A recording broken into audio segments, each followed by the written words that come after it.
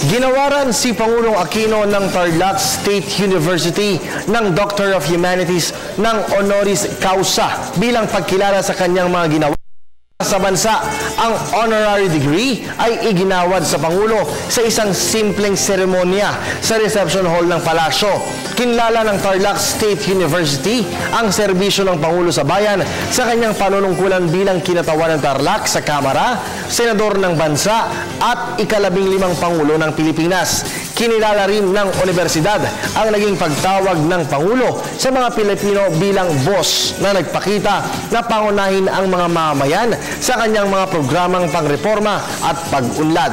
Isa rin pong dahilan ang paggawad ng honorary doctorate Pangulo ang pagiging taga-Tarlac niya at ang pagbibigay niya ng karangalan sa lalawigan sa pagiging halal niyang pinuno ng bansa. I am indeed grateful to Tarlac State University for conferring on me this honorary degree in humanities, which is an incredibly meaningful gesture. After all, I am a son of Tarlac, and it warms my heart knowing that none other than my fellow Tarlaceños recognize what the entire nation has achieved these past 4 years and 11 months.